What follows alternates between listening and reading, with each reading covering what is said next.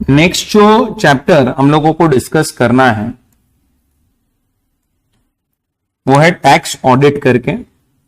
अब आपके मॉड्यूल में ये नया चैप्टर एक ऐड हुआ है, टैक्स ऑडिट करके चैप्टर का नाम है tax audit and ethical compliances.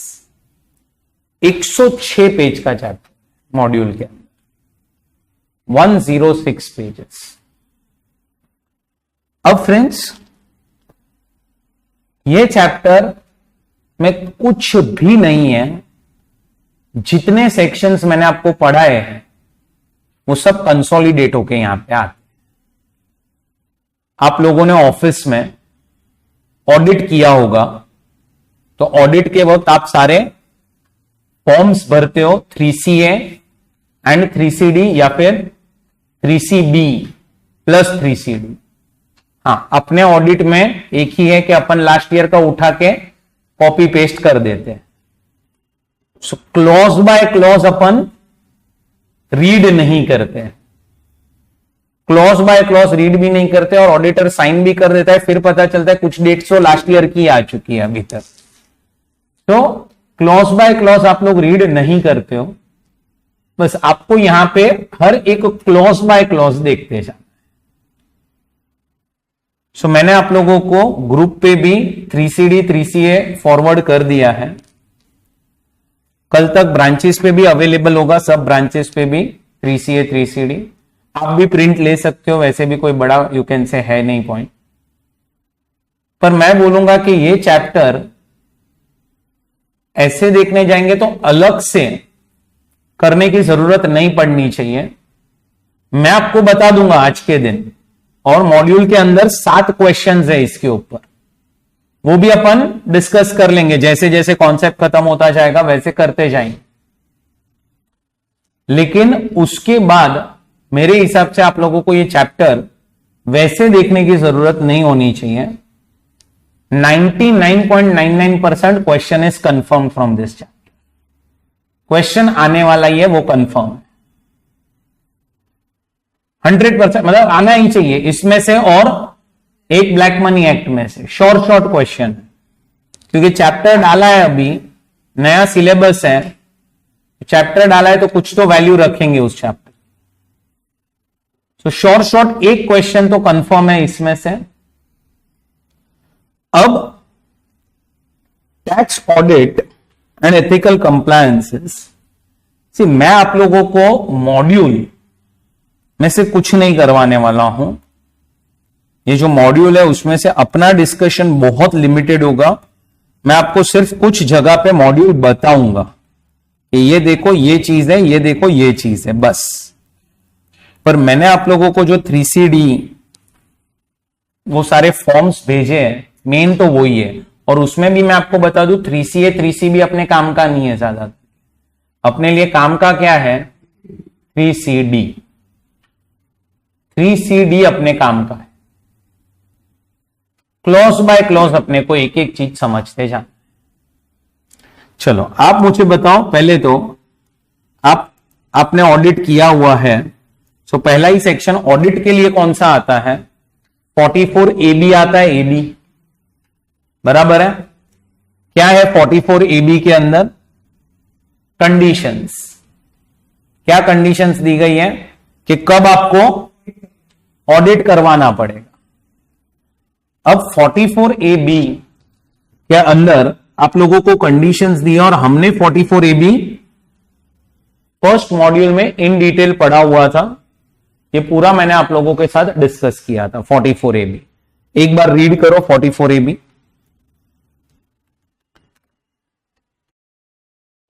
पढ़ा?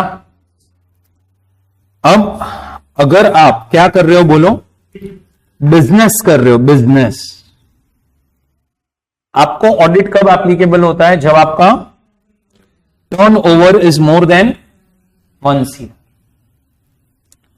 एंड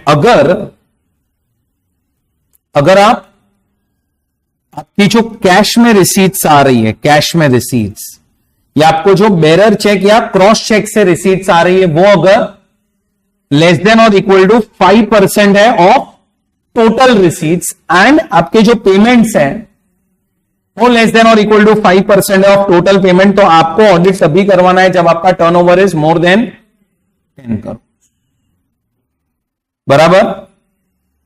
प्रोफेशन के केस में ग्रॉस रिसीट्स होनी चाहिए मोर देन 50 लाख। 50 लाख से ज्यादा है ग्रॉस रिसीट्स तो आप लोगों को ऑडिट करवाना पड़ता है। असेसी अगर 44 एडी या एडीए में कवर हो जाता है। क्या था एडी? Presumptive income. प्रिजम्पटिव इनकम में कितनी इनकम दिखानी रहती है? या फिर 6%। 8% या 6% आपको इनकम दिखानी है और आपका जो टर्नओवर है वो होना चाहिए, याद करो इसमें 44 एडी में आपका टर्नओवर होना चाहिए लेस देन और इक्वल टू 2 करोड़। 2 करोड़ होना चाहिए। लेकिन अगर आपका कैश में जो रिसीट्स आया है वो अगर लेस देन और equal to 5% of total turnover तो फिर आपको तो 3 करोड़ लिमिट हो जाएगी। ये बराबर। एंड सेम चीज जाएगा फॉर 44 एडीए भी। एडीए में लिमिट थी 50 लाख से कम होना चाहिए, 50 लाख तक। बट अगर आपका कैश में रिसीट्स जो आ रहा है वो 5% ऑफ ग्रॉस रिसीट्स है, जो भी आपको ग्रॉस में रिसीट्स आई थी वो सब, तो फिर आपके लिए वहां पे लिमिट याद करो 50 की हो जाती है 75 लाख। ऐसा कुछ याद आया? और 44 ए डबल बी बीबीबी ये भी प्रिजम्पटिव टैक्सेशन ही था। इन सब जगह पे तो लोअर इनकम दिखाया तो ऑडिट करवाना पड़ता है। और ये दो जगह पे प्रोविजन क्या था? 44 एडी एंड एडीए में लोअर इनकम दिखाओ, लेकिन आपकी अगर total income basic exemption limit से ज्यादा है तो ऑडिट करवाना पड़ेगा। मतलब आप अगर 44 एडी सेक्शन में गए और फिर आप फ्यूचर में इनकम लोअर दिखाना चाहते हो तो फिर आपको ऑडिट तभी करवाना पड़ेगा जब आपका total income is more then basic exemption limit. बराबर। तब आपको ऑडिट। अच्छा, अब आपकी ड्यू डेट क्या थी ये रिपोर्ट फर्निश करने की? 1 मंथ प्रायर। पेनल्टी प्रोविजन मैंने आपको बता दिया था वहीं पे, दैट इज 0.5% ऑफ टर्नओवर और 1,50,000 whichever is lower. And form numbers अपन ने देखे थे। बराबर। ये समझा? क्लियर? इतना क्लियर हुआ? चलो, उसके बाद आप लोग अब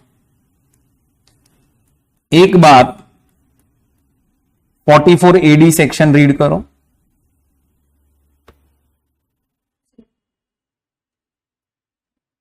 बोलना।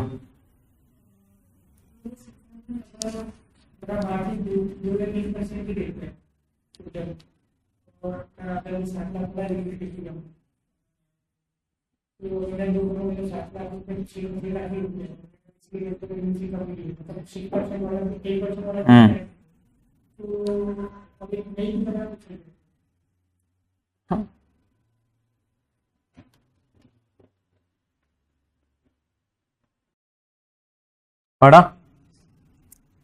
एक बार ये भी देख लो 44 एडी है। पढ़ा?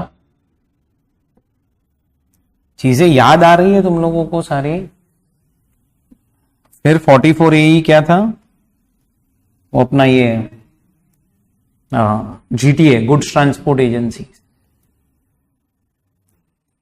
बराबर। BBA operation of aircraft, non resident को एप्लीकेबल था। फिर डबल बी ये business of exploration of mineral oils. फिर टर्न की power projects BBB. And 172 and 44 भी शिपिंग वाला। याद आया? अब ये जो पार्ट मैंने आपको अभी करवाया 44 ए बी, अच्छा, दूसरा कौन सा है? ये बुक्स ऑफ अकाउंट्स वाला एक बार देख लो, ये सेक्शन भी देख लो एक बार।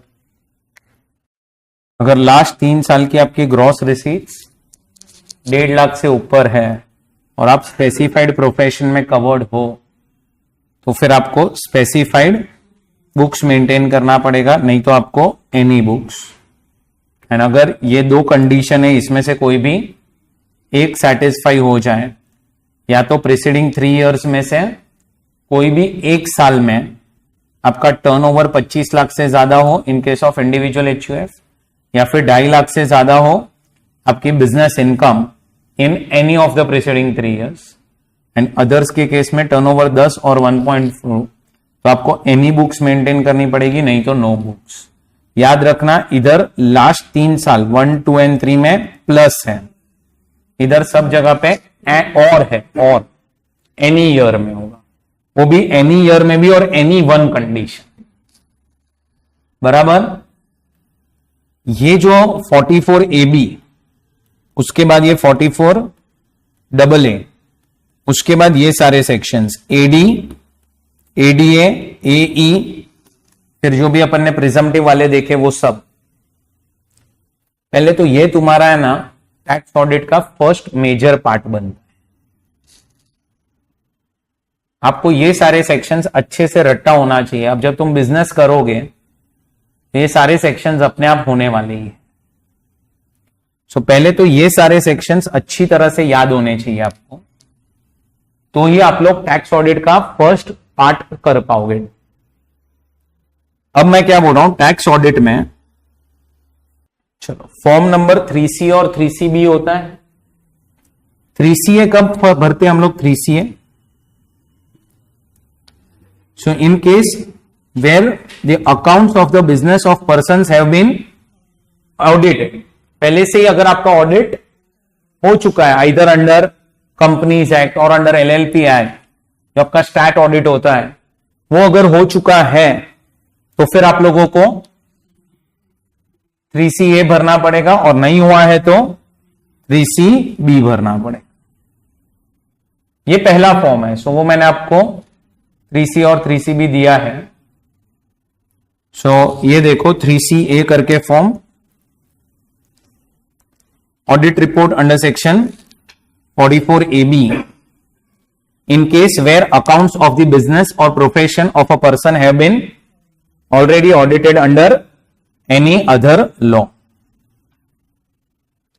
तो यहां पे आपको सारी डिटेल्स देनी पड़ेगी। इसमें ये थर्ड जो पॉइंट है, ये वाला थर्ड पॉइंट, इन माई और our opinion to the best of my और our information and according to the examination of books of accounts including other documents and explanation given to me, the particulars given in the said form 3CD are true and correct subject to following observation and qualifications। इसका मतलब क्या, जो भी आपके और management के बीच में differences आ रहे हैं से वो आपको यहां पे मेंशन करने पर। सो अपन बोलते हैं ना क्वालिफाइड रिपोर्ट, जो आजकल अपन ने देखी नहीं है आज तक कभी भी। सो क्वालिफाइड रिपोर्ट मेनली यहां पे आते हैं। थर्ड पॉइंट में आप क्वालिफिकेशंस दे देते हो कि आपके साइड से और मैनेजमेंट के साइड से क्या क्या डिफरेंसेस है। एंड लास्ट में तो कुछ नहीं है, बाकी तो यहां पे ये बेसिकली आपका फर्स्ट पेज है बस ऑडिट का। और तुम 3CB देखो तो 3CB में भी सेम लाइंस पे जाता है, और उसमें सिर्फ ये 5th पॉइंट में हम लोग क्वालिफिकेशंस थे।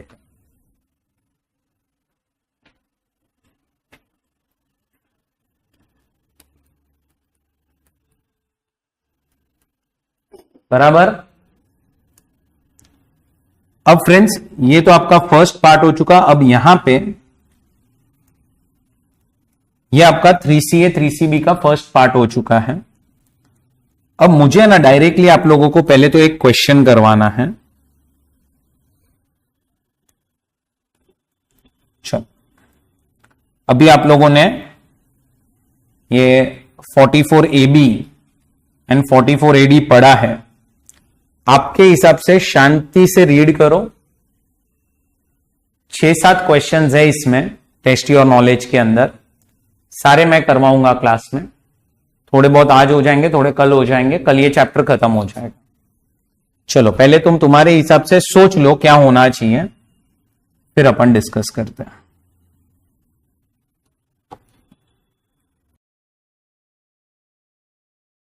सोच लिया? करे discuss? Okay.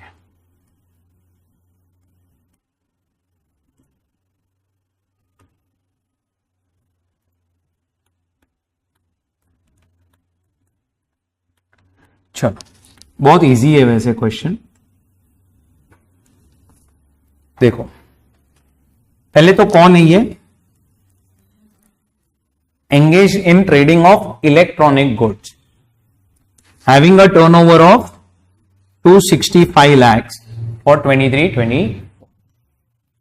Examine whether Sunlight and Company is required to get its books of accounts audited mandatorily as per section 44AB from the information given below. पहले तो आपको क्या दिया है? टोटल टर्नओवर, जो इधर भी दिया था टर्नओवर, मतलब इतने के आपके सेल्स हुए, सेल्स। एंड ये आपको एग्रीगेट रिसीट्स दी हुई है, एग्रीगेट रिसीट्स मतलब ये सेल्स प्लस सेल्स जो था वो तो आया ही है इसमें, इसके साथ साथ अदर इनकम्स जो भी होगी या अदर रिसीट्स जो भी होंगी वो सब आ गई। ये जो कैश रिसीट्स है 14, वो टर्नओवर में से 14 लाख कैश में मिला है, एंड ये जो एग्रीगेट रिसीट्स है उसमें से 16 लाख आप लोगों को कैश में मिला है, बराबर। और फिर आपको पेमेंट की डिटेल दी है। मतलब ऊपर की 4 डिटेल क्या है? टर्नओवर पहले तो, और टोटल रिसीट्स। टर्नओवर में से कैश कितना एंड टोटल रिसीट्स में से कैश कितना, ये आप लोगों को दिया है, बराबर। Would your answer change if cash receipts indicated in 3 is 13 lakhs instead of 14 lakhs? बाद में देखते हैं, पहले एक क्वेश्चन का तो अपन आंसर कर दें। पहले तो मुझे बताओ ऑडिट आपको कब करवाना पड़ता है? अगर आपका बिजनेस है तो 1 करोड़ से ज्यादा है, लेकिन और क्या एक कंडीशन है? 5% हो गया, अगर 5% रिसीट भी प्लस पेमेंट भी, तो कितना देखना रहेगा फिर? 10 करोड़। अब तुम देखो 1 करोड़ से ज्यादा है लेकिन 10 करोड़ से अंदर है अपने को, तो अपने को कहने से वो कंडीशन चेक करनी पड़ेगी। तो अब देखो पहले तो आंसर देखो किस तरह से स्टार्ट हो रहा है। As per section 44AB, every person carrying on business और profession is required to get its account audited before the specified date by a CA if his total turnover exceeds 1 crore. However, tax audit is not required in case of such person carrying on whose business and profession, person carrying on business whose total sales turnover or gross receipts is less than or equal to 10 crores in relevant previous year if aggregate cash receipts including the amount is less than or equal to 5% and aggregate payment including the amount of expenditure incurred in relevant previous year is less than or equal to 5% of such payment. तो ये क्या है अपना? Cash receipts less than or equal to 5% of total plus cash payment should be less than or equal to 5% of total. अगर ये condition satisfy होगी तो audit करवाने की जरूरत नहीं है। अगर आपका टर्नओवर 10 करोड़ तक होगा तो इसका मीनिंग क्या हुआ? 10 करोड़ के ऊपर गया तो करवाना पड़ेगा। In this case turnover of sunlight exceeds 1 crore but does not exceed 10 crore. Accordingly, it has to be seen whether cash receipts exceeds 5% of aggregate receipts and cash payments exceeds 5% of aggregate payment to determine whether tax audit is compulsory. In this case, the percentage of cash receipts are 16 lakhs to aggregate receipts of 325. ये देखो 265 अपना turnover था और उसमें से 14 cash में मिला था, 325 एग्रीगेट रिसीट्स थी जिसमें से 16 मिला था, तो अपन ने क्या किया अभी 16 डिवाइड बाय 325 किया, 5% से कम आ रहा। लेकिन सामने देखो कैश पेमेंट्स अपने जो है कहने से क्वेश्चन में 695 डिवाइड बाय ये करोगे तो आपका आंसर देखो कितना आ रहा है 5.14। क्या हो जाएगा 1 करोड़ की लिमिट अप्लाई हो जाएगी। Since the cash payments made during the year exceeded 5%, the firm is required to get its accounts audited and furnish the audit report before specified date, irrespective of the fact that its turnover does not exceed 10 crores and its cash receipts do not exceed 5% of total receipts. आ रहा है समझ में? It may be noted that in this case, Sunshine and company cannot declare profits as per presumptive taxation under 44AD. नहीं, क्यों समझो अभी। Since the percentage of total receipts in cash of 14 lakhs to turnover is 5.28। 2 crore से ज्यादा है ना turnover आपका और 3 करोड़ से अंदर है, क्या आप 44AD में जा सकते हो? यस, बट कब पता है 2 करोड़ रहा तो आप कभी भी जा सकते हो, पर 3 करोड़ के लिए पर उधर है ना, उधर आपको क्या देखना है पता है, ये वाला देखना है, ये वो 10 करोड़ के लिए टोटल देखना था और इधर के लिए आपको क्या देखना है, जो टर्नओवर है उसमें से कैश कितना मिला है। बैठा ना दिमाग में? तो वो हो जाएगा 5.28%। तो तुम्हारी 3 करोड़ की लिमिट नहीं आएगी, 2 करोड़ की लिमिट आ जाएगी, तो तुम 44AD में नहीं जा सकते। अच्छा, अगर चले जाते तो क्या हो जाता पता है, ऑडिट नहीं करवाना पड़ता फिर तो। बराबर, नीचे पढ़ो क्या लिखा है।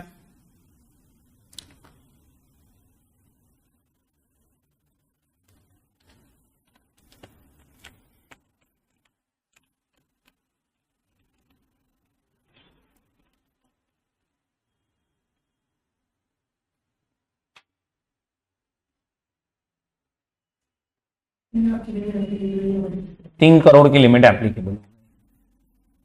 बराबर, क्लियर है? चलो, अब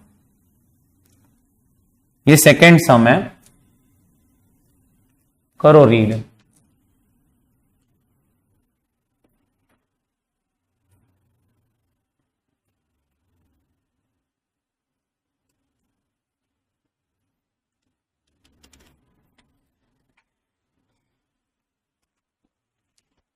सारी रिसीट्स दी हुई है, कौन से मोड से आया वो भी दिया है सब कुछ।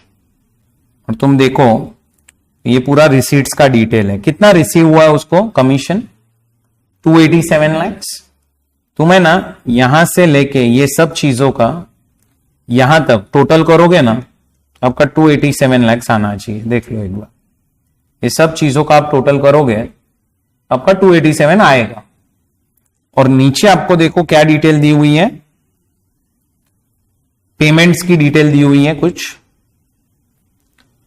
Mister Abhinav contended that he is not required to get his accounts audited since his turnover does not exceed 3 crores and he is eligible to declare his profit as per presumptive taxation.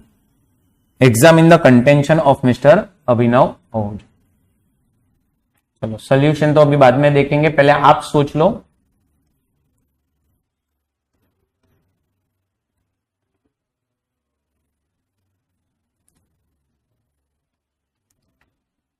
ये उसकी receipt की detail है सारी, चाहिए तो इसका photo ले लो ताकि तुम नेक्स्ट पेज पे मैं जाऊं तो तुम कंपेयर कर सको। अपने बुक में भी है, अगर क्यूएनए बुक लाए हो तो उसमें भी है, क्यूएनए बुक के अंदर भी सम। अगर लाए हो तो है उसमें, नहीं लाए हो तो फोटो ले लो यहां से। टैक्स ऑडिट करके चैप्टर ही होगा, देखो इंडेक्स में कुछ 24-25 नंबर पे होगा कुछ, देख लो एक बार। है 26 पे, हाँ तो 26 पे जाओ, उधर आपको क्वेश्चन दिखेगा ही।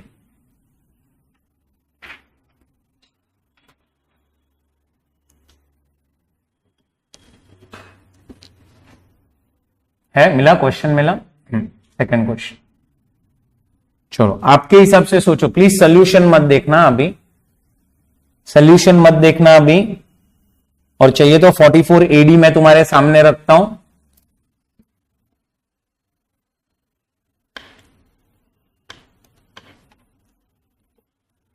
क्योंकि इधर अपने को 44 AD का इंप्लीकेशन देखना है।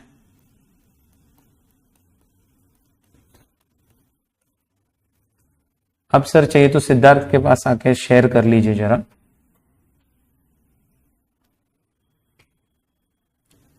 फोर्टी AD का पहले तुम सोच लो तुम्हारे हिसाब से क्या होना चाहिए, फिर अपन डिस्कस करेंगे।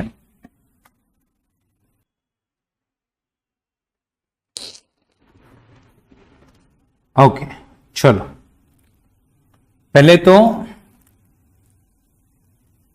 अपने को यह देखना है कि इसका टर्नओवर 2 करोड़ से तो ज्यादा ही है, और तो अपने को क्या चेक करना पड़ेगा इसमें?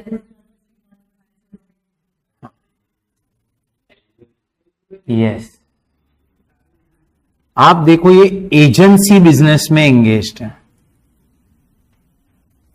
और तुम देखोगे तो अभी मैंने आपको 44 AD आपके सामने रखा था। एजेंसी बिजनेस में अगर आप एंगेज्ड हो तो क्या हो जाएगा? 44 AD अप्लाई नहीं होगा। देखो सोल्यूशन में स्टार्ट वहीं से हुआ है जो पहला सोल्यूशन स्टार्ट हुआ था। पहला पैराग्राफ वही बोल रहा है कि आपको ऑडिट करवाना पड़ेगा अगर आपका टर्नओवर 1 करोड़ से ज्यादा है तो, लेकिन वो लिमिट 10 करोड़ तक नहीं करवाना पड़ेगा अगर ये कैश वाला प्रोविजन है तो। अब 44 AD किसको एप्लीकेबल है? इंडिविजुअल HUF एंड फर्म को not being LLP engaged in eligible business and has not claimed deduction under 10AA और चैप्टर 6A। अच्छा, अब यहां पे आपका टर्नओवर देखो कितना होना चाहिए, लेस देन और equal to 200 lakhs, but where the cash receipts do not exceed 5% of total turnover, higher threshold limit is applicable and you can declare income as 8% or 6%.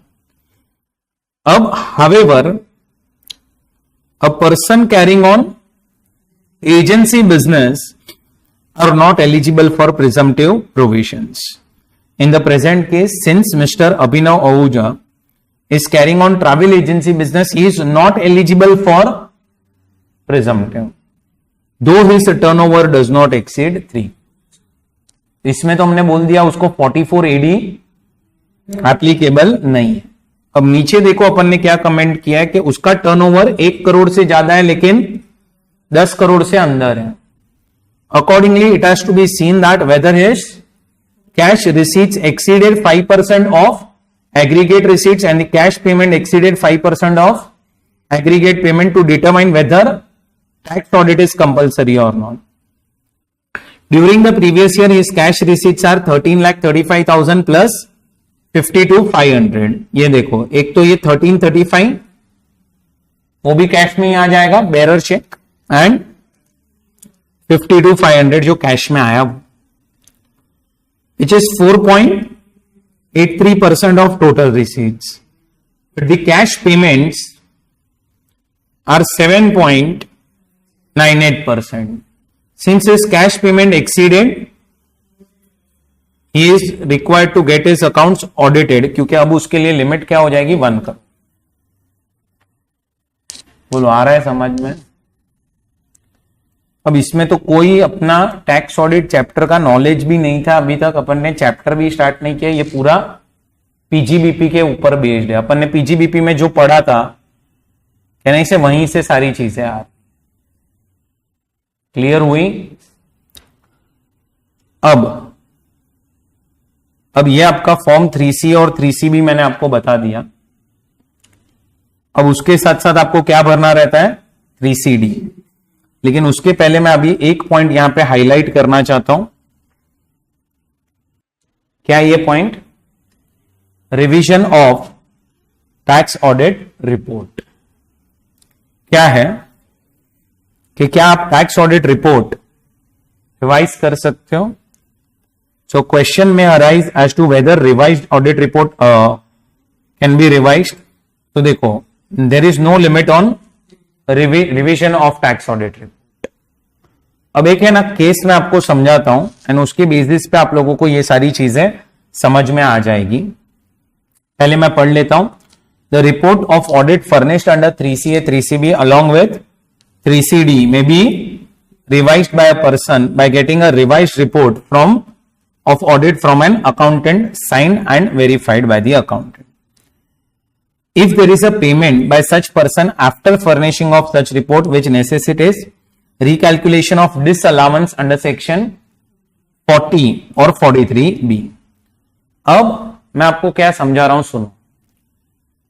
31 अक्टूबर 23 यानी से ये कंपनी के लिए क्या है बोलो, ड्यू डेट है रिटर्न फाइलिंग की। एंड नॉर्मली जिनको ऑडिट भी अप्लाई होता है, ऑडिट कंपनी को छोड़ दो, जिनको ऑडिट अप्लाई होता है उनके लिए भी ड्यू डेट क्या है, यही ड्यू डेट है। और आपको रिपोर्ट कब तक सबमिट करनी है, 30 सितंबर 23 तक रिपोर्ट सबमिट करनी है। बराबर, कौन सी रिपोर्ट, ऑडिट रिपोर्ट। अब मैं क्या बोल रहा हूं इधर सुनो। In case you are entering into international transactions, तो कहने से आपकी ड्यू डेट हो जाएगी नवंबर और आपको रिपोर्ट अक्टूबर तक सबमिट करना पड़ेगा। अब मैं क्या बोल रहा हूं, अपन ने पता है एक सेक्शन पढ़ा था 43B करके, डिडक्शन ऑन पेमेंट बेसिस, जिसमें याद है बोनस एंड कमीशन कवर्ड था कि बोनस एंड कमीशन हम आपको पेमेंट बेसिस पे माइनस करने देंगे। टैक्स, ड्यूटी, सेस और फी कवर्ड था। फिर एम्प्लॉयर के कॉन्ट्रीब्यूशंस कवर्ड थे इन डिफरेंट फंड्स। फिर अगर आप इंटरेस्ट पेमेंट करते हो टू बैंक, फाइनेंशियल इंस्टीट्यूशन और सब, any sum payable to Indian Railways for use of railway assets, इन सब का चीजों का डिडक्शन आपको कब मिलेगा, पेमेंट बेसिस मतलब क्या, अगर आप due date of filing return या उससे पहले पे कर दो तो आपको करंट ईयर में मिलेगा और बाद में पे करोगे तो आपको नेक्स्ट ईयर मिलेगा। अब सोचो तुम गए ऑडिट करने के लिए, तुमने ऑडिट चालू किया, तुम ऑडिट इधर कर रहे हो ना, इधर ये डेट पे कर रहे हो, मतलब तुम्हें तो रिपोर्ट ये डेट से पहले सबमिट करना है। सॉरी, तुम्हारे लिए डेट 24 आ जाएगी, बराबर। अरे तुम्हारे अटेम्प्ट के लिए डेट 24 होगी।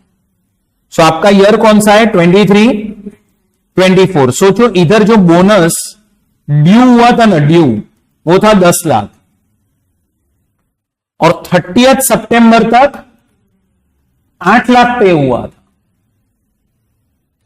और फिर 31 अक्टूबर तक टोटल 9 लाख पे हुआ, मतलब ये एक महीने में और 1 लाख पे हुआ था। अब जब आप ऑडिट करने बैठे हो तो आप ऑडिट के अंदर कितना बोनस अलाउ करोगे, 8 लाख ही करोगे तो आपके ऑडिट रिपोर्ट में कहने से 2 लाख डिसअलाउंस दिखा दोगे आप लोग। लेकिन तुम समझो कि रिटर्न फाइलिंग से पहले तो हमने 9 लाख दे दिया, तो हमें माइनस करने कितना मिलना चाहिए। सो नाउ तुम्हें समझ में आ रहा है, तुम्हारा रिटर्न और तुम्हारा ऑडिट रिपोर्ट मैच नहीं करेगा तो क्या तुम ऑडिट रिपोर्ट रिवाइज कर सकते हो, यस, आप ऑडिट रिपोर्ट रिवाइज कर सकते हो। अब बैठा दिमाग में आपके ये पॉइंट, तो उसके ऊपर कोई रेस्ट्रिक्शन नहीं है। सो आपको चाहिए तो आपने, आपके पास जो 3CD फॉर्म है वहीं पे भी लिख सकते हो, revision of audit report is possible, बस हो गया अपना पॉइंट, वो खत्म। और audit report can be revised, audit report को आप रिवाइज कर सकते हो, audit report can be revised, खत्म।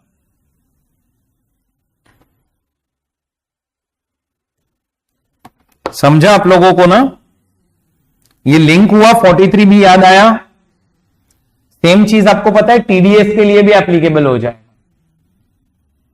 टीडीएस में भी पता है अपन ने पढ़ा था कि टीडीएस काटो और पे करो।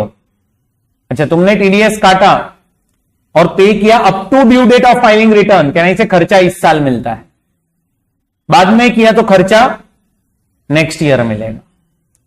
तो सेम चीज आएगा, क्लियर। अब यहां पे क्लॉज बाय क्लॉज एनालिसिस है। कि हर एक क्लॉज आपको बताया गया है और सामने उसका पूरा एक्सप्लेनेशन दिया हुआ। अब तुम ये एक्सप्लेनेशन पढ़ने जाओगे, कुछ याद नहीं रहने वाला है अपने, आपको बस सेक्शन याद होना चाहिए बराबर से। अब देखो 3CD को अपन मैच करते हुए चलेंगे क्लॉज बाय क्लॉज। पहला क्लॉज कौन सा है? Clause number 1। क्या लिखना है क्लॉज नंबर 1 में? Name of the assessee. ये देखो clause number 1, name of the assessee. अब आगे सब डिटेल्स दी हुई है जो इतनी रेलेवेंट नहीं है, और ये सब पढ़ने बैठोगे तो फिर यही चैप्टर होता जाएगा, फिर खत्म। सो आप इधर से ही देखते जाओ। क्लॉज नंबर 1 क्या है? नेम। क्लॉज नंबर 2 क्या है? एड्रेस। क्लॉज नंबर 3 क्या है? पैन और आधार नंबर। अब एक चीज जो पैन और आधार के अंदर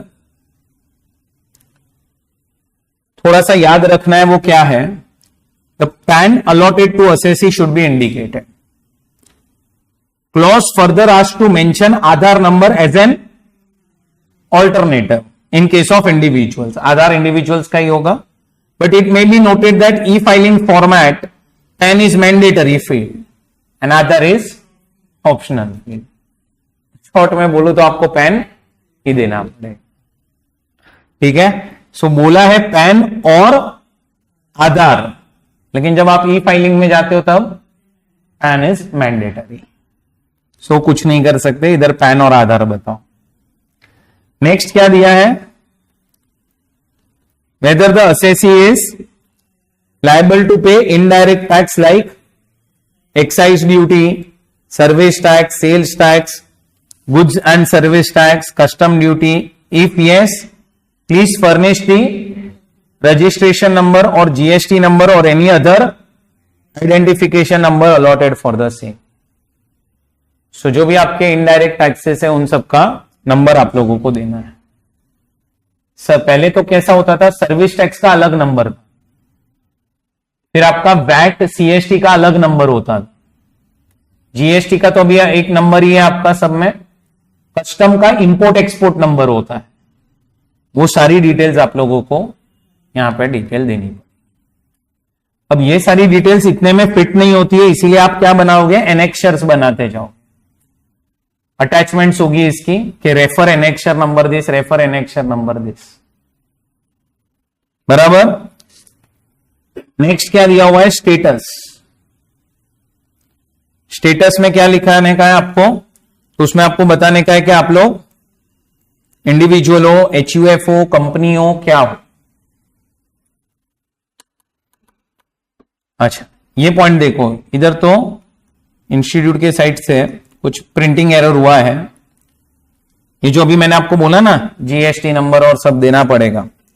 तो auditor is required to examine from the appropriate evidence registration number और एनी अदर आइडेंटिफिकेशन नंबर, ठीक है। तो आप ऑडिटर क्या करता है, क्या मांग लेता है? सर्टिफिकेट मांग लेता है, वो आता है ना जीएसटी का सर्टिफिकेट आता है, तो मांग लेता है, ठीक है। For any indirect tax if multiple registration numbers are available, all registration number should be examined, ठीक है, वो सब ठीक है। फिर देखो, the auditor should obtain list of indirect taxes applicable on him if the different types of indirect taxes are leviable on him and that too in multiple states. It is recommended that tax auditor should obtain from assessee list of taxes applicable on him, copy of registration certificate issued by various authorities clearly mentioning the registration number. The auditor should obtain list of indirect taxes applicable on him if the different types of indirect taxes are leviable on him and that too multiple states. It is recommended that tax auditor should obtain from assessee the auditor should obtain a list of indirect taxes applicable on him. So कुछ 2-3 बार गलत print हो चुका है, सो बस वो ध्यान में रखना, आपको सारे नंबर्स लेने हैं शॉर्ट। सो कुछ प्रिंटिंग एरर हुआ है यहां पे भी, पर ठीक है। वो प्रूफ में तो आप लोग क्या ले सकते हो, उसका सर्टिफिकेट ले लोगे, पैन में पैन प्रूफ ले लोगे। स्टेटस जो होता है ना, स्टेटस, उसमें भी आप पैन को प्रूफ ले सकते हो, क्योंकि पैन में जो फोर्थ लेटर होता है ना, फोर्थ, वो पर्सन को आइडेंटिफिकेशन देता है।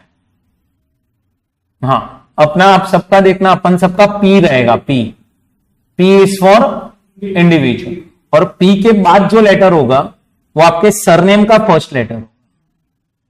आप देखो, आपका पैन आपको याद हो तो सरनेम का जो आपका है फर्स्ट लेटर, वो आपका फिफ्थ लेटर होता है पैन के अंदर, फिफ्थ लेटर।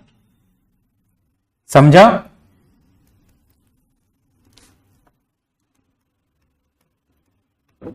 नेक्स्ट, कौन सा प्रीवियस ईयर एप्लीकेबल है? ये देखो, previous year assessment year. Next क्या लिखना है? Indicate the relevant clause of section 44AB under which audit has been conducted. इसका मतलब क्या? रेलेवेंट क्लॉज बताना है आपको। अब आप लोग अगर ये देखोगे ना, कौन सा 44AB, 44AB मैं आपको एक्ट में ही बता देता हूं directly.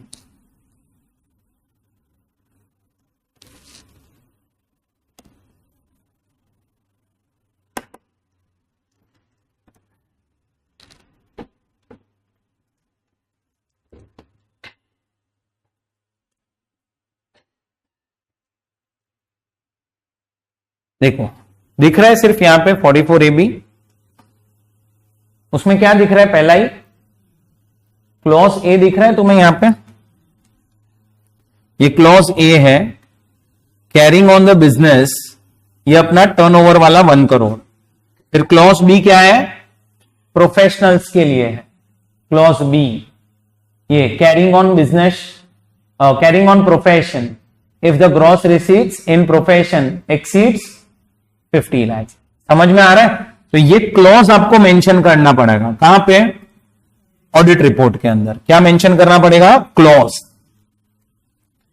And 8A, whether assessee has opted for taxation under 115 BA, BAA, BAB, BAC और BAD। अभी एक और आना चाहिए BAE करके भी, कोऑपरेटिव सोसाइटी के लिए। मैंने आपको ये और BAE करवाया है। BA वैसे भी इतना कुछ रेलेवेंट है नहीं, सो मैंने करवाया नहीं है आपको BA।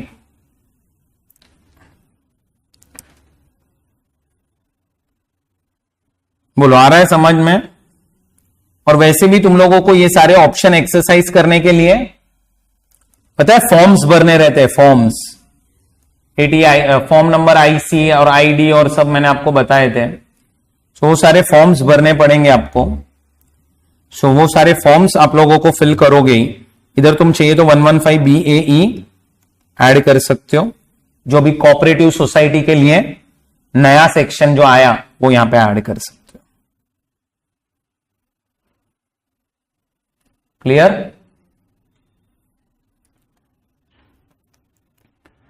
क्या लिखा है? इफ फर्म और एसोसिएशन ऑफ पर्संस है, indicate names of partners and members and their PSR. If there is any change in partner or member or in their PSR since the last date of preceding year, the particulars of such change. ये self explanatory है, अभी इसमें कुछ है नहीं, सारी details देनी है आपको फर्म और AOP के केस में। नेक्स्ट, नेचर ऑफ बिजनेस और profession. If more than one business and profession is carried on during the year, nature of every business and profession. If there is any change in nature of business and profession, the particulars of such change. अब इधर आगे आपका कौन सा knowledge? 44AA का knowledge आ गया। क्या है 44AA? अभी मैंने आपको रीड करवाया था books of accounts. Whether books of accounts are prescribed under 44AA, if yes, list of books of accounts so prescribed. List of books of accounts maintained and the address at which books of accounts are kept.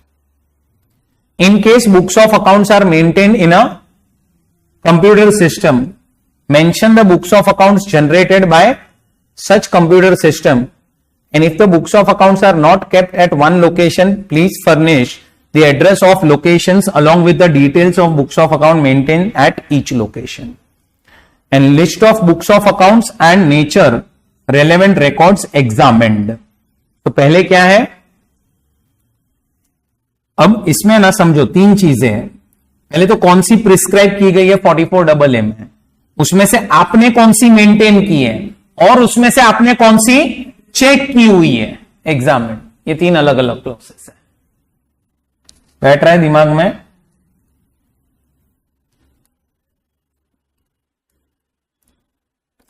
सो देखो,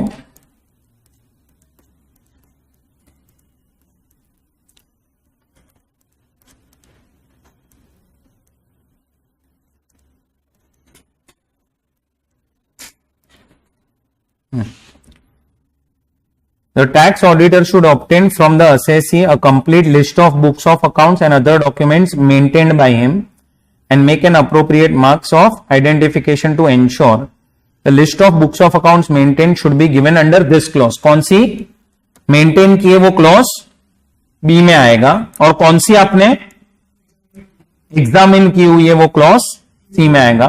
The list of accounts, the list of books of accounts prescribed, maintained and examined has to be stated under this clause. There may be difference between three lists. For example, books of accounts may have been prescribed, but all prescribed books of accounts might not have been maintained, or entire books of accounts maintained might not have been produced or examined.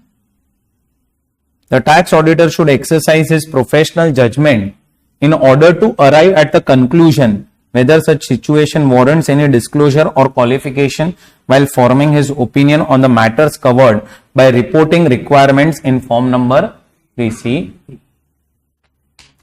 बराबर समझा ये क्या है तीनों में, clause A B and सी.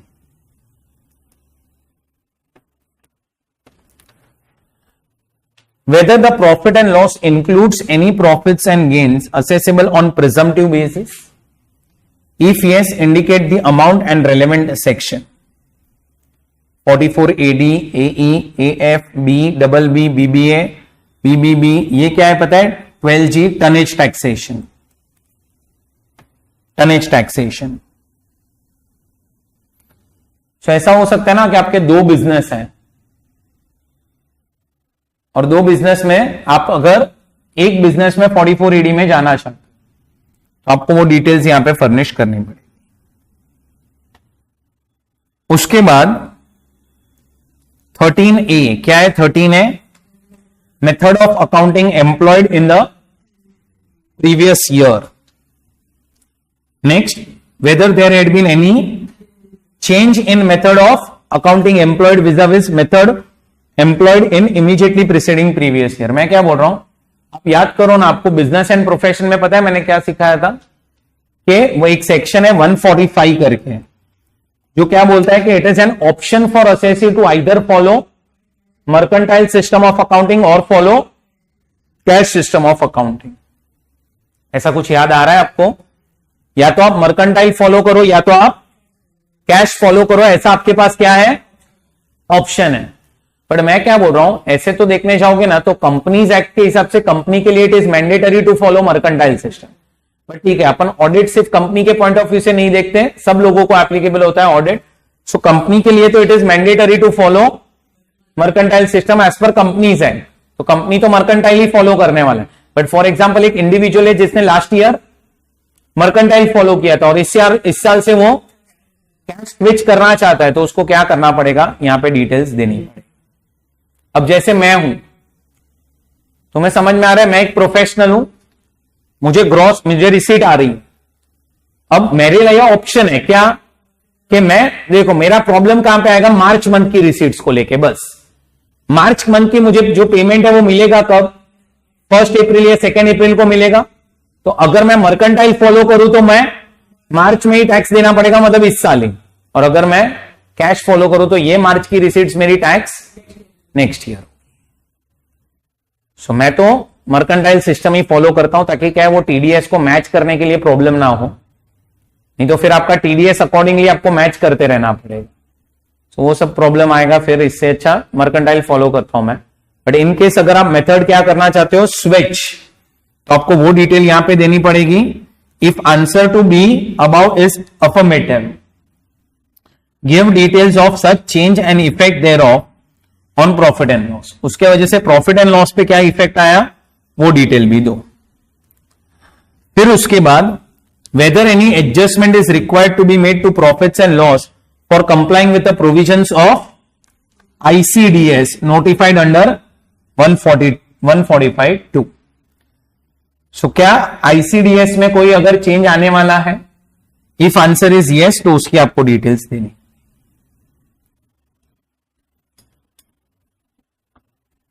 बराबर।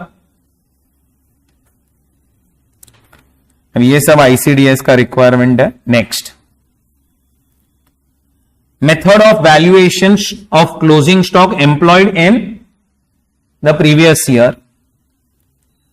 सो आपने closing stock को किस तरह से वैल्यू किया हुआ है, and in case there is a deviation from method of valuation prescribed under 145A, the effect there of.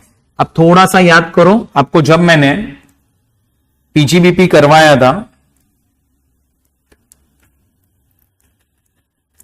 Starting में ही पीजीबीपी में 145A आपको दिया था, ये रहा। तो वही सेक्शन देखो यहां पे आ रहा है वापस से 145A। बराबर। 15th पॉइंट क्या है जरा देखो, give particulars of the capital asset converted into stock in trade। Capital asset converted into stock in trade. आपको याद हो तो अपन ने एक कॉन्सेप्ट क्या किया था पता है, पहले तो हाँ कैपिटल असेट को कन्वर्ट कर दिया इनटू आपने स्टॉक इन ट्रेड, ये कॉन्सेप्ट तो पढ़ा ही था। फिर अपन ने और एक भी किया था, stock in trade to capital asset. So description देना है असेट का क्या है। सो आपने अगर कोई कैपिटल असेट को स्टॉक इन ट्रेड में कन्वर्ट किया, मैंने आपको एग्जांपल दिया था, याद करो बप्पीदा जी का, उनके पास ज्वेलरी था और वो ज्वेलरी उनके लिए क्या था, कैपिटल असेट, और अब वो आ चुका है किसमें, स्टॉक में। अब आपका वो बिजनेस में आ चुका है। तो description of asset, date of acquisition, cost of acquisition, amount at which the asset is converted into stock in trade. Fair market value पता है लेनी रहती थी अपने को, कन्वर्जन के दिन की फेयर मार्केट वैल्यू। सो वो सारी चीजें यहां पे लिखनी है। फिर amounts not credited to P&L account being A, B, C, D and E। So अगर ये सारी चीजें P&L में क्रेडिट नहीं हुई है, नॉट क्रेडिटेड, क्या the items falling with in the scope of section 28। सो अगर कोई भी सेक्शन 28 क्या है आपका, चार्जिंग सेक्शन। अब सोचो, वो मैंने आपको एक एग्जांपल दिया था कि कार्तिक आर्यन को गाड़ी मिला जब उसका भूल भुलैया मूवी हिट गया था तब। तो वो कार्तिक आर्यन के लिए क्या है, इनकम है under PGBP as per section 28, try to recollect it's an requisite. तो आनी चाहिए ना। In case if it is not credited to P&L account, you should mention that thing. ये क्या है आपका, ड्यूटी ड्रॉबैक और सब, मतलब क्या, वो कस्टम ड्यूटी आप पे करते हो और उसका क्या आता है, रिफंड और सब जो आता है वो सारी डिटेल्स। फिर escalation claims accepted during the year, any other item of income, and last any capital receipt if any। अच्छा, escalation claims क्या लिखा है, मतलब क्या, कंफर्म है कि आपको पैसा मिलने वाला है। यहां पे भी देखो ये सारे drawbacks, refund of custom duty, sales tax are admitted as due by authorities concern. Confirm हो चुका है कि आपको यह सब मिलेगा। बराबर, बैठ रहा है दिमाग में।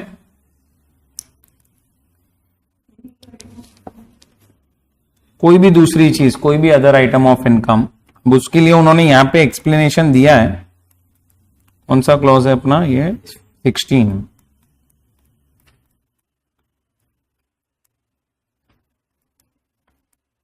ये देखो एक एक चीज पे यहां पे एक्सप्लेनेशन दिया है। Any other item which auditor considers as income based on his verification of records and other documents and information gathered, but which has not been credited to P&L account। अच्छा, उसका उन्होंने एक एग्जाम्पल भी दिया हुआ है यहां पे। If employees contribution to PF or superannuation fund is not paid on or before due date, then it becomes income of the assessee। Such information is to be stated in this clause। Similar information is also stated in clause 20B of form 3CD। Therefore cross references may be required। आपको याद है अपन ने एक concept किया था क्या, employee से पैसा आता है उसका कंट्रीब्यूशन, फिर हम क्या करते हैं, पहले वो अपनी इनकम में लिखते हैं और फिर जैसे ही हम वो डिपॉजिट करेंगे, कब पता है, ड्यू डेट ऑफ फंड या उससे पहले, तो अपन उसको पीएनएल में डेबिट करते हैं। अगर आपने फंड के ड्यू डेट के बाद किया, आपको डेबिट करने नहीं मिलते। याद है? सो वो जो पॉइंट है वो यहां पे आप दिखा सकते हो। समझा? Where any land or building or both is transferred during the previous year for a consideration less than the value adopted or assessed or assessable by any authority of a state government referred to in section 43C or 50C, detail of property consideration, value adopted, whether provisions of second proviso to section 43CA or you can say fourth proviso to section, ये अपना gift का provision is applicable और not. सो आप लोगों को क्या है, वो अपना जो इमूवेबल प्रॉपर्टी जब भी क्या होगी, ट्रांसफर होगी, तो उसकी डिटेल्स आपको देनी पता है ना, उधर वो 110% वाला अपना कॉन्सेप्ट था। सो उसकी डिटेल्स आपको देनी है। Next 18th, particulars of depreciation as per Income Tax Act 1961 in respect of each asset or block of asset as the case may be। क्या लिखा है, description of assets, rate of depreciation and actual cost of written down value as the case may be। Next, adjustment made to written down value under section 115 BAC and BAD for the assessment year 21-22 only। अब adjustment made to written down value of intangible asset due to excluding value of goodwill of a business or profession, adjusted written down value। अब ये सब क्या है मैं आपको याद दिलाऊं। आपको पता है गुडविल के केस में मैंने आपको पढ़ाया था कि पहले it was considered as depreciable asset, but फिर उसमें चेंज आया था क्या कि वो डेप्रीशिएबल असेट नहीं है। तो फिर पता है अपन ने इंटेंजिबल असेट के ब्लॉक में से ऐसा समझा था कि अगर वैल्यू दी हुई है इंटेंजिबल असेट के ब्लॉक की, अपन ने ऐसा सोचा था कि गुडविल एक ही असेट होगा तो उस पर कितना डेप्रीसिएशन आएगा, उसकी क्या वैल्यू थी, और वो वैल्यू अपन ने इंटेंजिबल में से हटाई थी। तो वो सारी चीजें यहां पे। अच्छा, अब मैं आपको और एक चीज सिखाता हूं, सुनो इधर देखो। मैं बिजनेस कर रहा है, नॉर्मल प्रोविजन में मैं गया, इंडिविजुअल है, मैं बिजनेस कर रहा है, नॉर्मल प्रोविजन में गया। मुझे बताओ क्या मुझे एडिशनल डेप्रीसिएशन मिलेगा? एडिशनल नॉर्मल प्रोविजन के अंदर normal additional, yes. Plant and machinery अगर खरीदा, न्यू असेट है,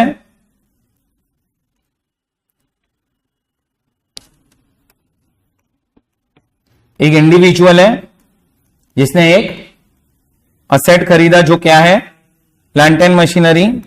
नॉर्मल प्रोविजन में मैं गया और मेरा रेट आया 20% प्लांट एंड मशीनरी पे। कौन सा? एडिशनल डेप्रीसिएशन का।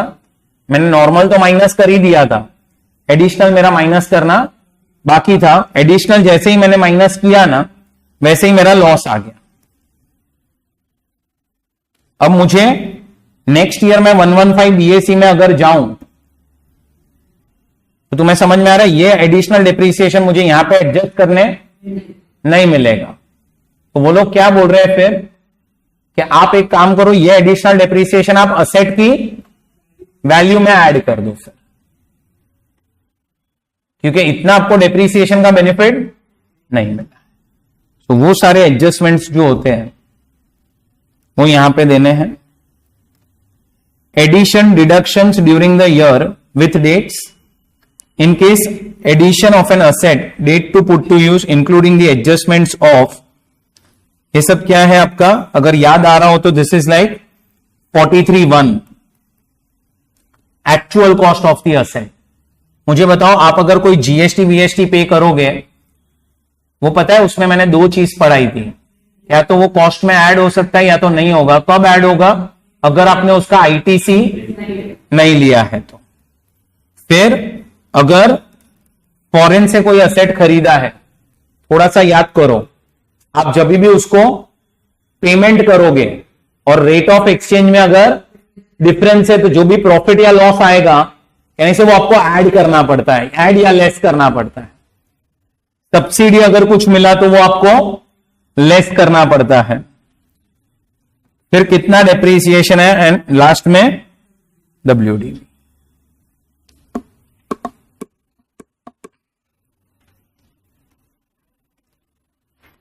अमाउंट एडमिसिबल अंडर सेक्शंस, तो ये सारे सेक्शंस में आपको जो डिडक्शन मिला हुआ है कौन सा है, 32 AC एंड AD। क्या था 32 AC एंड AD, आप लोगों को नहीं है ये दोनों सेक्शन। ये सेक्शंस पहले हुआ करते थे। इसमें ना आप लोग अगर प्लांट एंड मशीनरी खरीदते थे तो आपको बेनिफिट्स मिलता था। इसको नाम था इन्वेस्टमेंट अलाउंस करके, इन्वेस्टमेंट अलाउंस। 32 AD में ऐसा था कि आप वेस्ट बंगाल, बिहार, वो सब जगह पे आप प्लांट एंड मशीनरी खरीदो तो हम आपको 15% इन्वेस्टमेंट अलाउंस देंगे। ऐसे सब रूल्स थे ये सब सेक्शंस में, तो ये कुछ मतलब नहीं है अभी। नेक्स्ट क्या दिया है,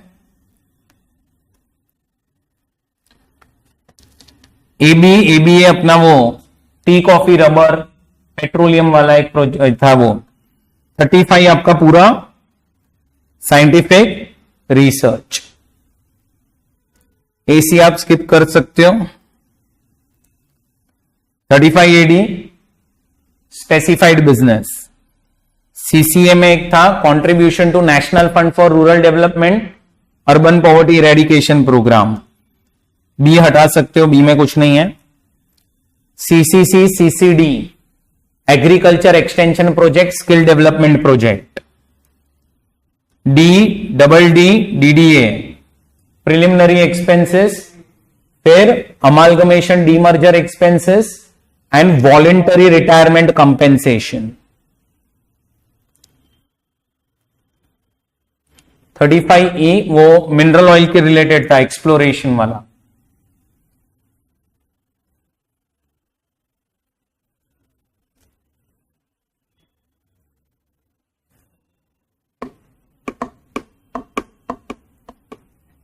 नेक्स्ट 20A, क्लॉज 20A क्या है, any sum paid to employee as bonus और commission for services rendered where such sum was otherwise payable to him as a profits और डिविडेंड। मतलब क्या 36(1)(2) में आपका बोनस एंड कमीशन कितना आ रहा है वो यहां पे मेंशन करना पड़े। नेक्स्ट क्या है, अभी आया था ये 20B का रेफरेंस, याद करो, वो एम्प्लॉय का कंट्रीब्यूशन आया, details of contribution received from employees for various fund as referred to in section 36(1)(5)(a।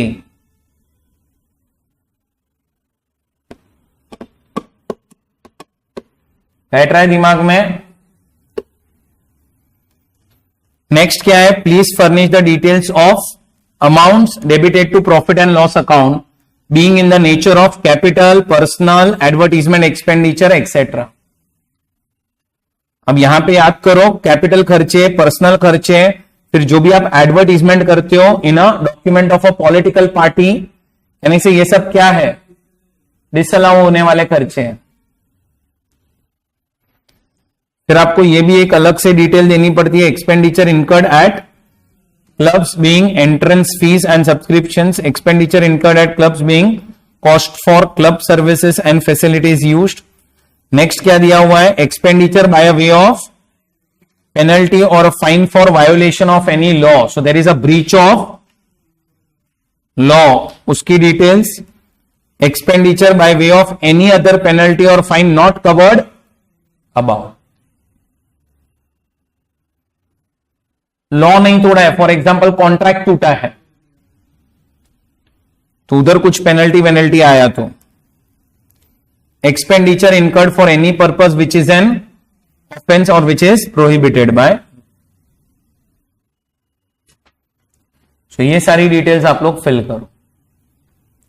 उसके बाद अमाउंट इनएडमिसिबल अंडर 40A, क्या है 40A, no TDS no deduction वाला, नो टीडीएस नो डिडक्शन। अब इसमें आप याद करो,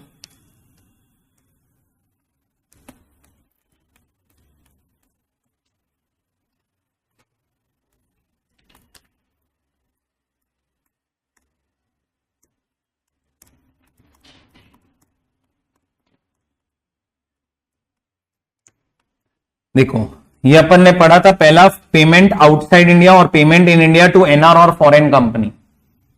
अब ये जो पॉइंट है वो आप लोगों को यहां पे दिया गया है as payment to non resident referred in sub clause 1। सो ये जो है वो क्या है, सब क्लॉज 1 का आइटम है, ये 40A1 बैठ रहा है दिमाग में। Details of payment on which tax is not deducted, उसकी डिटेल्स सारी। और सेकंड क्या आ रहा है, details of payment on which tax has been deducted but not deposit. बैठा दिमाग में। सब क्लॉज 1A क्या है, sub clause 1A payment to resident person.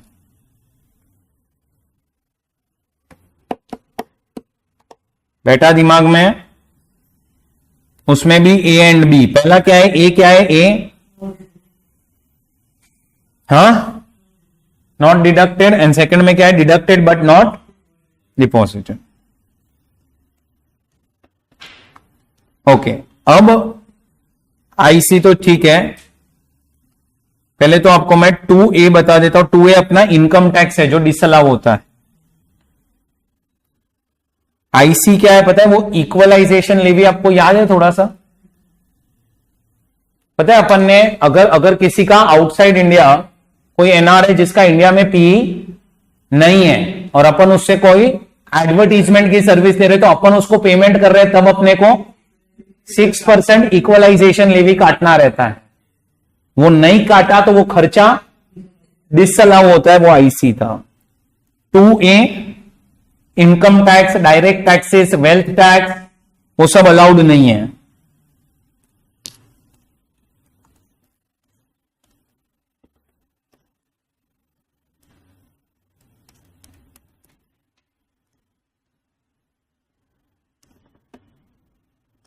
बराबर।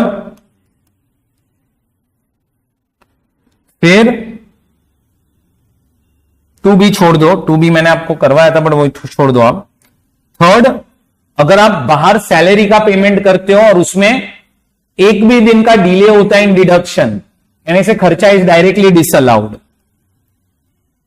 ये रहा 40A3। अगर आप एनआर को पेमेंट करते हो तब। फिर 40A4, पता है जब भी वो सब फंड में पैसा जाएगा, पता है अपन ने कॉन्सेप्ट किया था कि एम्प्लॉयर को सारे अरेंजमेंट्स करने चाहिए फॉर डिडक्शन ऑफ टीडीएस। ऐसा कुछ याद आ रहा है आपको? कि जब भी एम्प्लॉय क्या होगा, रिटायर होगा, तो रिटायरमेंट के वक्त उसको पैसा मिलेगा फ्रॉम फंड। तो कब कब फंड को टीडीएस काटना है और कब कब टीडीएस नहीं काटना है, उसका पूरा अरेंजमेंट करना चाहिए। वो ये पॉइंट था 4। और 5 क्या था पता है? Tax on non monetary perquisite. अभी मैंने आपको टीडीएस करवाया था, याद है? 192 के अंदर मैंने आपको बोला था एम्प्लॉयर के पास ऑप्शन है कि उसको अगर चाहिए तो वो खुद पेमेंट कर सकता है। कौन सा? नॉन मॉनिटरी परक्विजिट के ऊपर जो टैक्स आएगा वो। 40B and BA। बी क्या है पता है? 40B जो फर्म रेम्यूनरेशन देता है टू पार्टनर्स, उसमें याद करो 12% तक मैक्सिमम इंटरेस्ट अलाउड था। और रेम्यूनरेशन के लिए पता है लिमिट्स थी कि अगर बुक लॉस आया तो 1.5 लाख, प्रॉफिट आया अप टू 3 लाख तो 90% और 1.5 lakh whichever is higher, और एक्स्ट्रा बुक प्रॉफिट आया तो 60%। वो सारी डिटेल्स। बीए क्या था पता है? बीए एओपी बीओआई ने अगर अपने मेंबर्स को क्या दिया है, सैलरी, इंटरेस्ट, बोनस, वो पूरा का पूरा डिसअलाउ ही हो जाता है, उसमें कोई लिमिट नहीं था।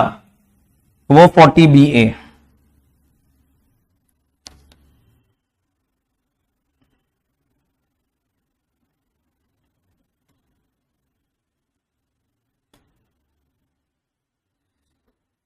बेटा दिमाग में। नेक्स्ट क्या है? डिसअलाउंस और deemed income under section 40A3। 40A3 तो अब तुम्हें याद ही है, एक ही दिन में 10,000 के ऊपर पेमेंट वाला। अच्छा, उसमें फिर याद रखना वो रूल नंबर 6DD करके था, याद है? एक्सेप्शंस थे उसके। नहीं, ट्रांसपोर्ट तो नॉर्मल प्रोविजन में ही दिया है कि 35,000 की लिमिट है, बट पता है आप बैंक को पेमेंट करो, गवर्नमेंट को पेमेंट करो, ऐसे विलेज में पेमेंट करो जहां पे बैंक ही नहीं है, फिर उसके बाद आप फार्मर्स को पेमेंट करो, अगर आप ऑथोराइज डीलर हो, फॉरेन करेंसी खरीद रहे हो तब आप पेमेंट करो। सो वो सारे एक्सेप्शंस थे जो मैंने आपको रूल नंबर 6DD में सिखाए थे। एंड याद करो अभी अभी किया है 40A3A क्या था? चैरिटेबल ट्रस्ट में भी करवाया मैंने। पता है अगर कोई खर्चा तुम माइनस कर देते हो ऑन ड्यू बेसिस और कल उठ के तुम उसका पेमेंट करोगे और कैश में करोगे तो that will be your deemed income.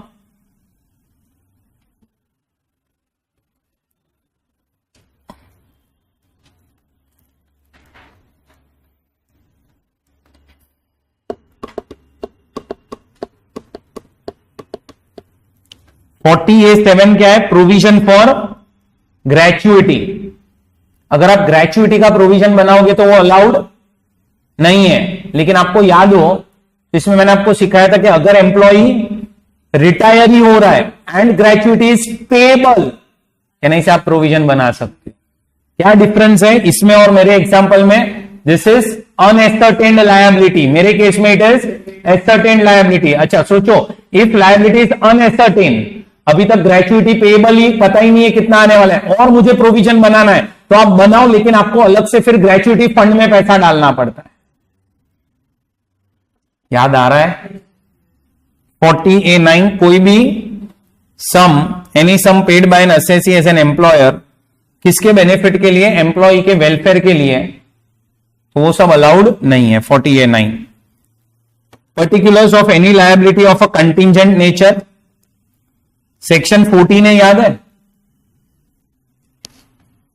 14 में अपन ने वो पढ़ा था, याद करो। कोई इनकम आ रही है जो एग्जम्प्ट है और वो एग्जम्प्ट इनकम के लिए आपके क्या हुए थे?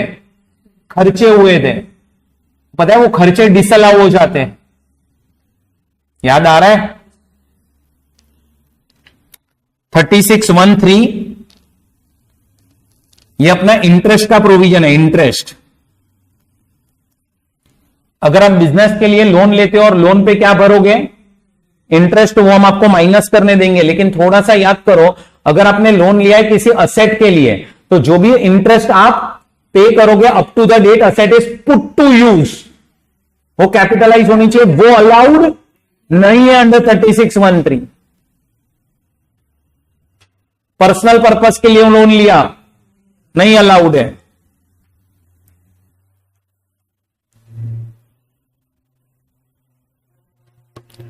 amount of interest inadmissible under section 23 of MSME Act. Particulars of payment made to the persons under section 40A(2). क्या था 40A(2)? Payment to relatives.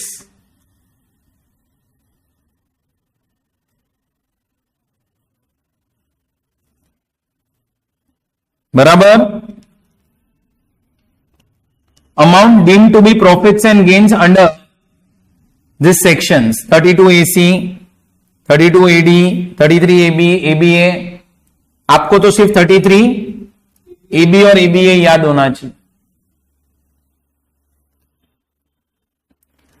41 के हिसाब से अगर कोई इनकम आ रही है, पता है 41(1), 41(2), 41(3) ये सारे मैंने करवाए थे। 41(4) रिकवरी ऑफ बैड डेट्स।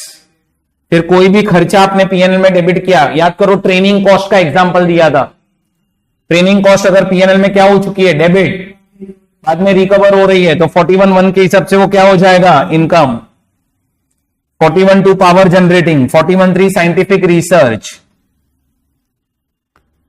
फिर उसके बाद 43B, 43B क्या था, payment on deduction on payment basis in respect of any sum referred in clause ABCDEFG of section 43B pre-existed on first day of previous year but was not allowed in the assessment of any preceding years। मतलब क्या, अगर कोई भी last year का bonus है जो आपने अभी पे किया, तो माइनस करने कब मिलेगा, अभी मिलेगा। तो वो लास्ट ईयर के सारे बोनस एंड कमीशन जो आपने अभी पे किए, उसकी सारी डिटेल्स, करंट ईयर की जो लायबिलिटीज है उसकी सारी डिटेल बैठ रहा है दिमाग में। अगर कोई लास्ट ईयर का बोनस है जो अभी पे हुआ है, तो वो सब पॉइंट नंबर ए में आएगा। लास्ट ईयर का जो भी है वो सब पॉइंट नंबर ए में है। करंट ईयर की जो सारी चीजें वो पॉइंट नंबर बी में आएगा। क्लियर हो रही है चीजें? 27 इतना इंपॉर्टेंट नहीं है, देख सकते हो तुम लोग।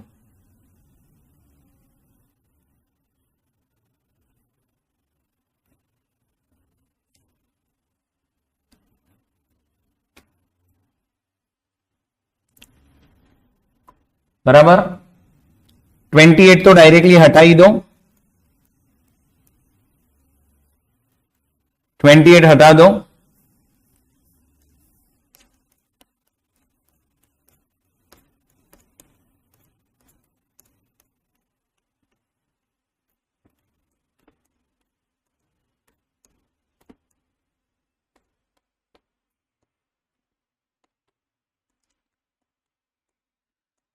ये देखो यहां पे 27 के बाद डायरेक्टली 29 आ रहा है। 28 सेक्शन ही हट चुका है, इसीलिए पढ़ाने की जरूरत ही नहीं।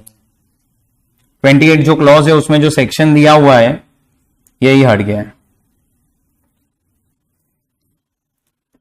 नेक्स्ट क्या है, 56(2)(7)B। क्या है 56(2)(7)B? चलो थोड़ा सा याद करो। आपको मैंने ये अदर सोर्स में पढ़ाया था कि अगर एक कंपनी है प्राइवेट लिमिटेड जिसके शेयर्स की वैल्यू अभी 100 रुपया होनी चाहिए और लोग इसके शेयर्स 130 में खरीद रहे हैं, पता है 30 रुपया ये कंपनी के लिए एक्स्ट्रा आया पैसा, that is income for this company. 56(2)(7)B। Whether any amount is to be included as income chargeable under the head other sources under clause clause 9 subsection 2 of section 56। क्या है ये 56(2)(9)? क्या है 56(2)(9)?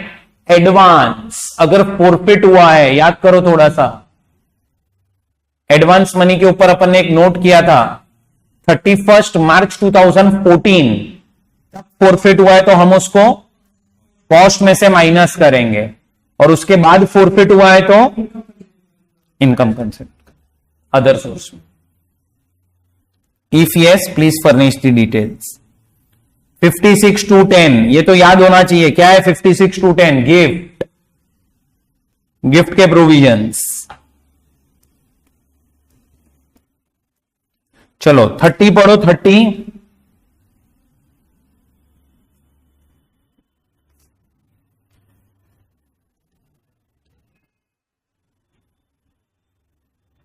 आया याद? ये अपन ने अभी किया था, बराबर? ओके, अब सुनो, अब मैं यहां पे स्टॉप कर रहा हूं। आज घर जाके 2 सेक्शंस देखना, एक 92 CE और एक 94 B। एक है सेकेंडरी एडजस्टमेंट और एक है थिन कैपिटलाइजेशन। थोड़ा सा याद करोगे तो मैंने आपको ऐसे सिखाया था कि फॉर एग्जांपल आपने किसी को गुड्स बेचे, 1000 में बेचने चाहिए थे 1200 में। अब पता है 200 रुपया उसके पास एक्स्ट्रा पड़ा हुआ है, वो इंडिया में लेके आओ विदिन 90 डेज। नहीं लेके आए तो वो तुम मान लोगे कि तुमने उसको लोन दिया है और वो लोन पे इंटरेस्ट लगेगा। और दूसरा ऑप्शन था, अगर तुम्हें इंटरेस्ट नहीं भरना है तो ये टैक्स दे दो डायरेक्टली। याद आया? वो था 92 CE, secondary adjustment. Thin capitalization याद करो, अगर तुमने किसी भी से लोन लिया और तुम उसको इंटरेस्ट पे कर रहे हो जो 1 करोड़ के ऊपर है और वो तुम्हारा एसोसिएटेड एंटरप्राइज है, पता है लोग क्या करते थे? खुद का कैपिटल कम रख के लोन वाला पैसा बढ़ाते थे। तो इसीलिए ये 1 करोड़ क्या हो जाएगा? 1 करोड़ से ज्यादा है तो पता है वो 30% ऑफ ईबिटा के ऊपर जो भी आएगा वो डिसअलाउ होगा, और अभी डिसअलाउ होके वो नेक्स्ट ईयर अलाउ होगा। ऐसा याद आया? ट्रांसफर प्राइसिंग में दोनों पढ़े हैं हम लोगों ने, ये सेक्शंस, ये दोनों आज पढ़ना। फिर अपन 30 और 30 भी अपने लिए इजी हो जाएगा, मतलब वो क्लॉज ही खत्म हो जाएंगे अपने लिए। इस पे एक क्वेश्चन पीछे दिया हुआ है, बराबर है? 30 और 30B में से 30B पे एक क्वेश्चन है, तो वो मुझे करवाना है। क्लियर? चलो तो अभी ये अपन यहां से कल से स्टार्ट कर देंगे, कल ये चैप्टर खत्म हो जाएगा। ठीक है, चलो बाय बाय।